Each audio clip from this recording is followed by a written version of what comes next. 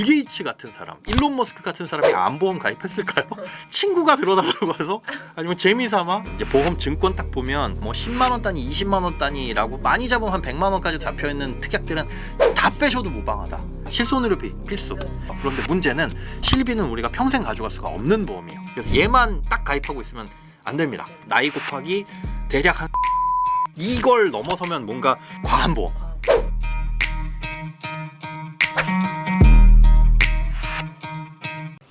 그럼 이제 소장님과 함께 보험도 한번 네. 점검을 해볼게요. 보험 상품이 너무 많다 보니까 이왕이면 좀 보험비 비싸고 보장 항목이 많으면 많을수록 좋은 거 아니야 이렇게 생각하게 되는데 네네네. 보험 어디서부터 좀 어떤 기준으로 점검을 하면 좋을까요? 일단 좋은 보험의 기준부터 해야 될 것 같아요. 그 좋은 보험이라고 한다면 싸고 우리가 보장을 많이 해주고 일 거잖아요. 네. 근데 보험은 그냥 많은 돈 내면 보험금 많이 받는 거고 적은 돈 내면 적게 받는 겁니다. 어쩔 수 없어요. 네. 당연히 암보험 진단금 1,000만 원 나오는 거가 보험료가 10,000원이라면 2,000만 원 받으려면 2만 원 내야 돼요. 그건 당연한 건데 설계사분들이 말씀하시는 좋은 보험과 우리들이 생각해야 될 좋은 보험은 좀 다른 개념이에요. 설계사분들이 말씀하시는 좋은 보험은 부족한 부분이 있으면 안 됩니다. 네.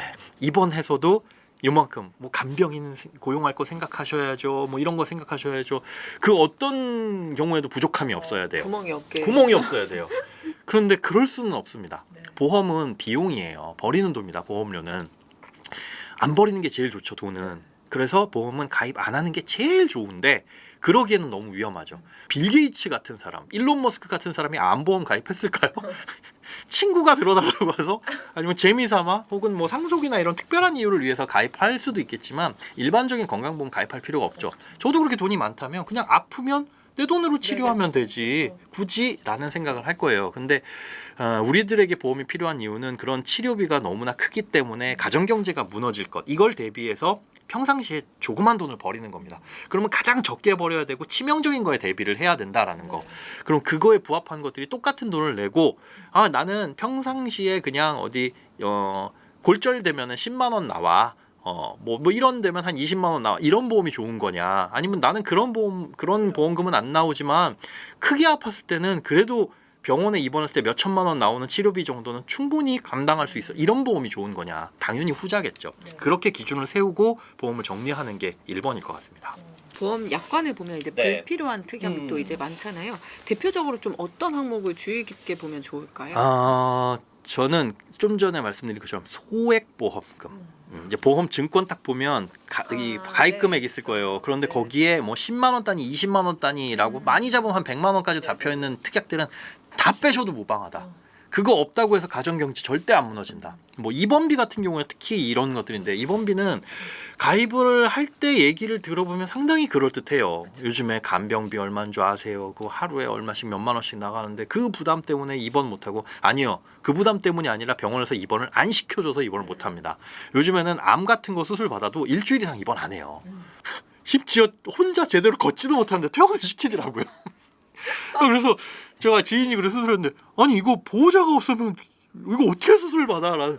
이럴 정도로 그러니 내가 하고 싶어도 입원 길게 못하고 그리고 심지어 길게 해준다라고 하더라도 직장 생활을 하고 있는 도중에는 입원 그렇게 못합니다. 길게 3일 이상 입원했을 때 하루에 5만 원씩 나오는 특약이 있다. 3일 이상부터 5만 원씩 나오는데 이게 장기 입원이면 도움이 되겠지만 일단 현실적으로 그게 불가능하다라는 거. 물론 내가 자이든 타이든 그렇게 입원하는 그 순간을 대비하기 위해서 가입하는 겁니다 라고는 하지만 그러기에는 보험료가 너무 비싸요.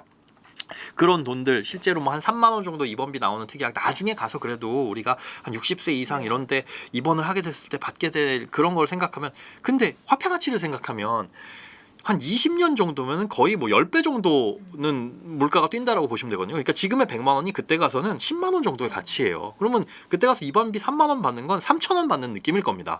그러니까 그거를 하자고 보험료를 그만큼 내고 있는 거 3천 원씩 내고 있다. 그럼 딱 그거 받는 거죠. 그러니까 차라리 그 돈으로 저축하시는 게 더 나을 것 같고 그런 특약들 뭐 1,000원밖에 안 해요. 몇백 원밖에 안 해요 하는 것들이 쌓여가지고 몇만 원 되는 거거든요. 그러니까 그런 뭐 소소하게 뭐 골절 진단금 10만 원, 무슨 화상 진단금 20만 원 나오는 것들은 다 빼셔라. 그리고 막 1,000만 원 단위로 나오는 특약 위주로 차라리 요 소소한 것 할 바에야 그런 쪽들을 몰아주는 게 낫고 보험료 아끼고 싶다라고 하면 몰아주지도 말고 그냥 빼는 게 현실적으로 낫다라고 보는 거죠. 그럼 연령대별로 꼭 필요한 보험은 어떤 게 있을까요? 연령대별로 나눌 필요는 없을 것 같아요. 모두에게 필요한 그러니까 뭐 연령대별로 나이가 들면 치매보험 필요합니다라고 한다면 그때 가지고 보험 가입해야 되니까 그건 또 너무 비싸고 그냥 다 똑같습니다. 실손의료비 필수. 왜냐하면 얘는 이거 빼고는 다 해드릴게요. 뭐 그렇게 일부 제외되는 항목 말고는 대부분을 보장해 주잖아요. 그래서 실손의료비는 필수이고 그러면 실손의료비 정도면 다 되지 않아요? 라고 할 수가 있는데 물론 거의 다 됩니다. 이 정도면 보험의 목적 충분히 부합해요. 그런데 문제는 실비는 우리가 평생 가져갈 수가 없는 보험이에요. 구조상. 그게 1세대든 4세대든 나중에 나올 5세대든 6세대든 보험료가 갱신되면서 계속 올라가기 때문에 내가 보장받는 기간 내내 나중에 60세 되고 70세 되고 소득이 끊기거나 줄어들었을 때 보험료 부담이 커질 수밖에 없어요. 그러면 우리가 돈을 버는 시기에도 어디에서 돈을 줄여야 되지라고 생각하면 일단 보험에 눈이 돌아가거든요. 그때 시기에도 분명히 그럴 겁니다. 나는 국민연금 받아가지고 생활비도 빠듯한데 한 달에 보험료가 15만 원이에요. 실손보험료가. 차라리 병원비가 하는 게 낫겠네 생각해서 이거 깨게 될 거예요. 그 말인즉슨 실손보험은 언젠가는 우리 이별을 해야 될 보험이다. 그래서 얘만 딱 가입하고 있으면 안 됩니다. 실손보험 빼고서라도 얘가 없더라도 진단비 보험 정도는 그래서 진단비도 암이라든가 뭐 뇌 관련 질환이라든가 심장 질환 같은 거 뭐 3대 성인병이라고 하는데 이런 것들은 발병률도 높고 실제로 발병률이 높아지는 건 우리가 너무 오래 살아서 그래요. 그러니까 인간 수명이 40세라고 한다면 암 발생 확률을 따져보면 10명 중 1명일 겁니다. 그러니까 암이라는 거에 걸려보기 전에 다른 질병으로 사망을 하는 거죠. 근데 이게 수명이 길어지다 보니까 누구나 죽기 전에 한 번쯤은 암에 걸릴 수도 있어. 이렇게 돼버리는 거라서 그런 생각들을 하셔가지고 3대 성인병 같이 큰돈 들어가는 질병들은 진단금 충분히 넣으시는 게 맞을 것 같고 부족하다라고 생각된다면 보험을 더 가입할 게 아니라 건강관리를 하시는 게 맞다. 그 돈으로. 그러니까 물론 운동을 한다고 해서 병에 안 걸리는 건 아니지만 그 운동을 하시거나 좋은 음식을 드시거나 아니면 돈을 모아서 건강검진을 제때 받으시거나 직장 다니시면 건강검진 다 1년에 한 번씩은 받으실 겁니다. 의무적으로. 안 받으면 안 받을 수가 없죠. 회사에서 받으라고 하니까. 근데 프리랜서나 아니면 직장을 나오는 순간부터는 누가 그렇게 종용하는 사람은 없어요. 그러면 내 건강은 내가 알아 하고 안 가게 되거든요. 그러다 병 키워요. 그러니까 차라리 그럴 때 건강검진 받을 때 한 3만 원씩 적금 든 거 1년이면 벌써 36만 원이잖아요. 이거 보태서 그냥 VIP 코스로 조금 더 정밀하게 받아서 조기에 발견하셔서 치료비를 아끼시는 게 현실적이지 그걸로 보험 가입한다고 해서 우리가 질병을 피해갈 수 있는 건 아니잖아요. 그렇게 준비를 하시는 게 좋을 것 같습니다. 그럼 보험료는 월 소득 대비 어느 정도 수준이 적당할까요? 요것도 재테크 서적 이런 거 보면 소득 대비 7에서 8% 이런 거 되게 많더라고요. 이게 어디서 시작되는지 모르겠는데 전 여기에 반대입니다. 공감할 수 없어요. 그러니까 이게 뭐 소득이 그럼 1,000만 원이면 70만 원에서 80만 원 내야 되냐? 부분이 더 아파요? 이것도 아니잖아요. 그 보험은 그냥 이 연령대별로 제가 말씀드린 그 원칙에 의해서 가입을 하게 되면 그때 당시에 나이 곱하기 한 3,500원에서 4,000원을 넘기기가 어려워요. 네, 어렵습니다. 물론 이제 가입 나이가 길어지게 되면 늦어지게 되면 똑같은 보험도 비싸게 가입해야 되겠지만 이게 보험의 납입 구조 때문에 비싸지는 부분도 있습니다. 뭐냐? 보험은 100세 만기 보험입니다 라고 하더라도 보험료를 내는 납입 기간이라는 게 있죠. 이게 10년에서 30년까지 보통 선택을 할 수가 있는데 최대한 길게 내는 게 좋아요. 그래서 20대 같은 경우에는 뭐 30년을 해도 충분하죠. 다 내도 50세니까 돈을 벌 수 있는 시기니까 30대도 마찬가지고요. 그런데 40대 정도만 되더라도 30년 납으로 하게 되면 은퇴한 다음에 국민연금 받을 때까지도 보험료를 내야 돼요. 이러면 이제 문제가 생깁니다. 그래서 보험료 납입 기간은 소득이 끝나는 시점에다가 뒤를 맞춰가지고 이 납입 기간을 길게 하면 총 내는 보험료는 많지만 이거 주택담보대출이랑 똑같습니다.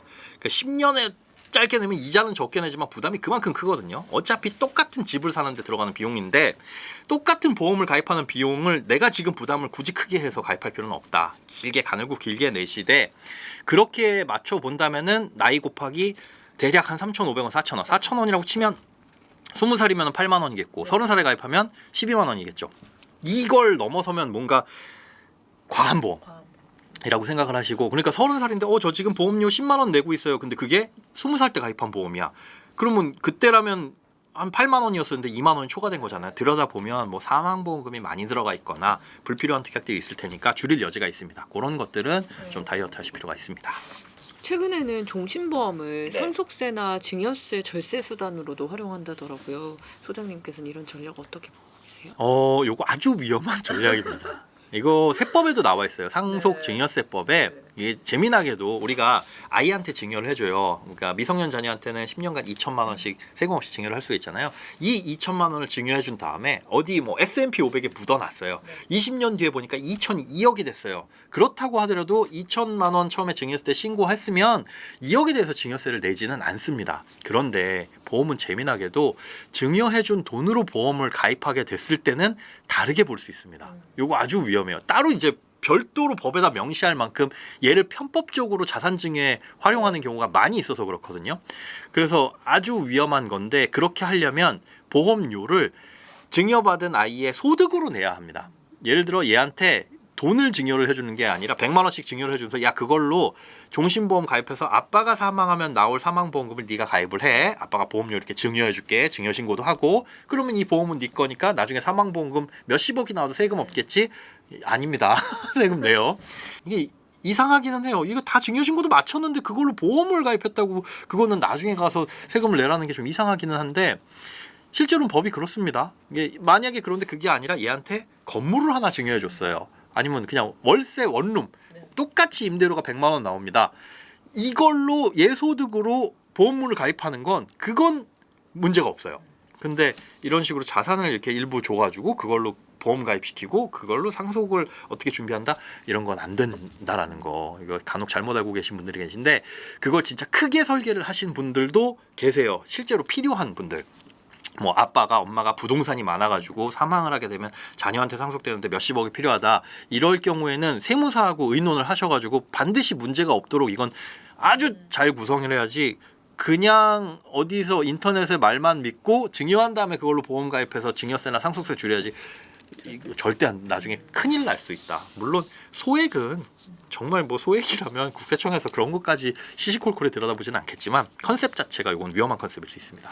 은퇴를 앞둔 5060 이제 세대분들이 소장님께서 진행하는 그 송견제 네. 상담소에서 가장 많이 하는 질문이나 가장 큰 재무적 고민 어떤 게 있으신가요? 글쎄요, 이게 5060이신 분들뿐만이 아니더라도 제일 눈에 많이 들어오는 게 임대차 관계에서의 고민이에요.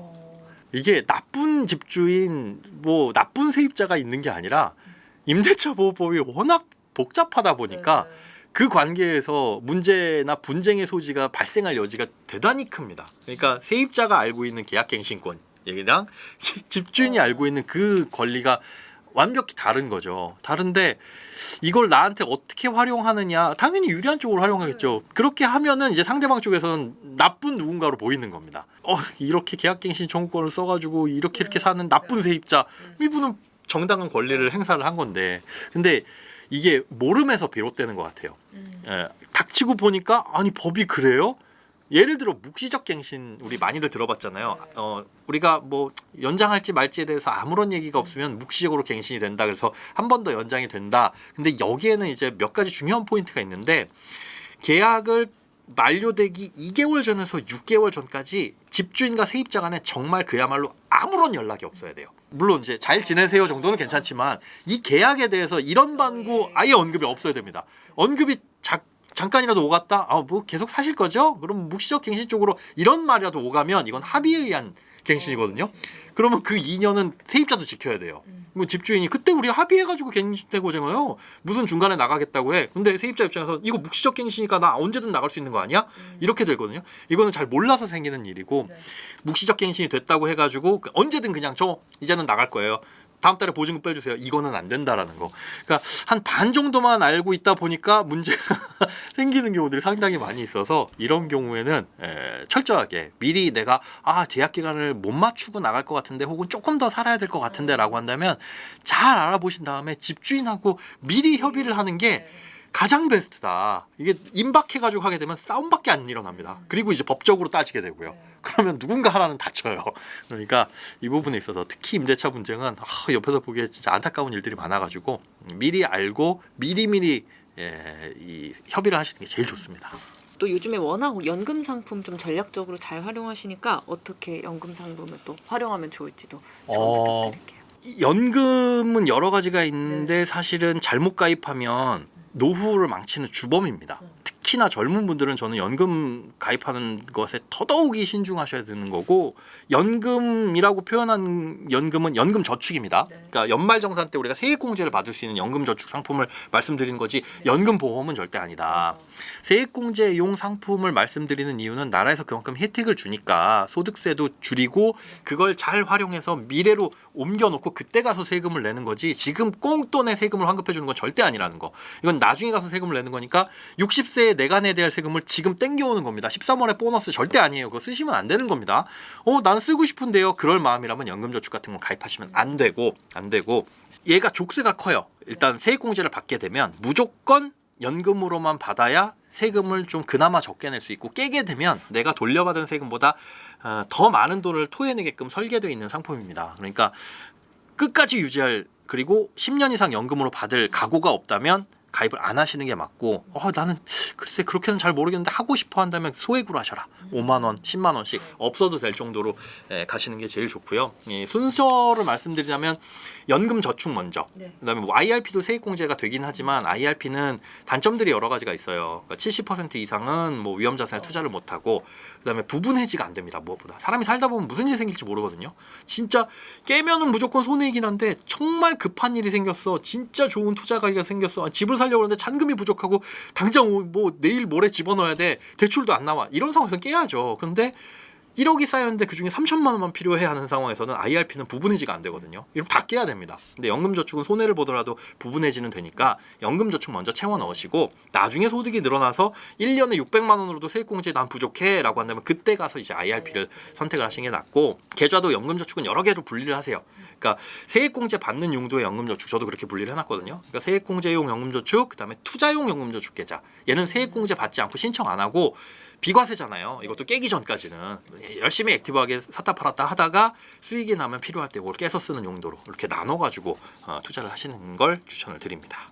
국민연금을 늦게 받으면 손해라는 이야기도 있는데 네. 왜 그런 걸까요? 늦게 받으면 국민연금 측에서는 많이 준다고 해요. 1년에 7.2%씩 5년을 늦춰 받으면 36%가 더 나옵니다. 네. 그러니까 65세 때 100만 원을 받을 수 있다면 이걸 70세에 받으면 그렇죠. 136만 원을 받게 되는 거예요. 이거 좋은 거 아니야 싶은데 우리 언제까지 살까요?